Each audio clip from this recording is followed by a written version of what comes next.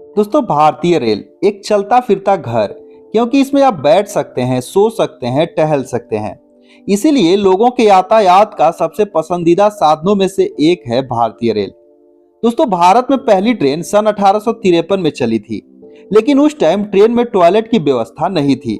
जब भी लोगों को टॉयलेट लगती थी, उन्हें रेलवे स्टेशन के आने का इंतजार करना पड़ता था, और वह स्टेशन पर जैसे ही ट्रेन रुकती थी, लोग पटरी के किनारे जाते थे और शौच करते थे। दोस्तों, भारत में ट्रेन के शुरू होने के 56 साल तक यही व्यवस्था चलती रही।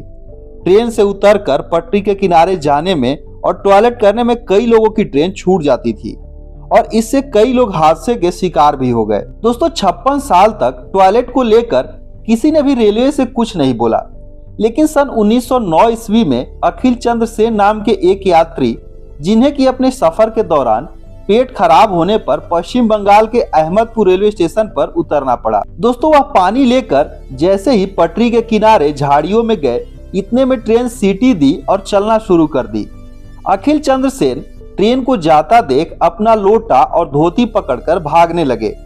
वह स्टेशन पर भागने के क्रम में गिर गए, उनकी धोती खुल गई और उनकी ट्रेन भी छूट गई।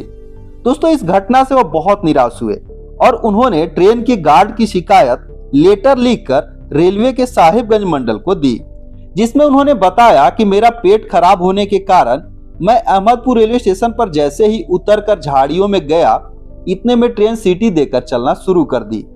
जैसे ही ट्रेन चली, मैं अपना धोती और लोटा पकड़कर भाग रहा था। इसमें मेरी धोती खुल गई, जिससे कि यात्री और स्टेशन पर जो भी लोग थे मुझे देख लिए। इससे मैं बहुत शर्मिंदा हुआ। तो यहाँ पर मैं ये कहना चाहता हूँ कि गार्ड जब ये चीजें देख रहे थे तो वह ट्रेन को रोक सकते थे, लेकिन उन्होंने ऐसा नहीं रुका। इसलिए इनके ऊपर जुर्माना लगाया जाए, नहीं तो मैं इसकी शिकायत अखबार को दे दूंगा। दोस्तों, ऐसा माना जाता है कि अखिल चंद्र सेन के इसी लेटर के द्वारा रेल अधिकारी बहुत प्रभावित हुए और उन्होंने डिसीजन लिया कि अब से जो है सभी ट्रेन में यात्रियों के लिए टॉयलेट की व्यवस्था की जाएगी। और सन 1909 ईस्वी से सभी ट्रेन के जो कोच हैं उसमें यात्रियों के लिए टॉयलेट की व्यवस्था कर दी गई। दोस्तों, वह लेटर आज भी म्यूजियम में रखा गया है।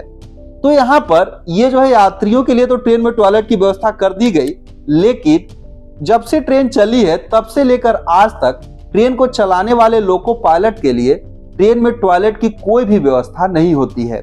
दोस्तों, आप सोच सकते हैं कि उन्हें कितनी परेशानियों का सामना करना पड़ता होगा, क्योंकि वह ट्रेन को चलाते हैं और चलाने के क्रम में उन्हें अगर टॉयलेट वगैरह आती भी होगी तो वो जो है या तो उतर कर जैसे पहले यात्री लोग जाते थे वही क्रिया इनको भी करनी पड़ती है।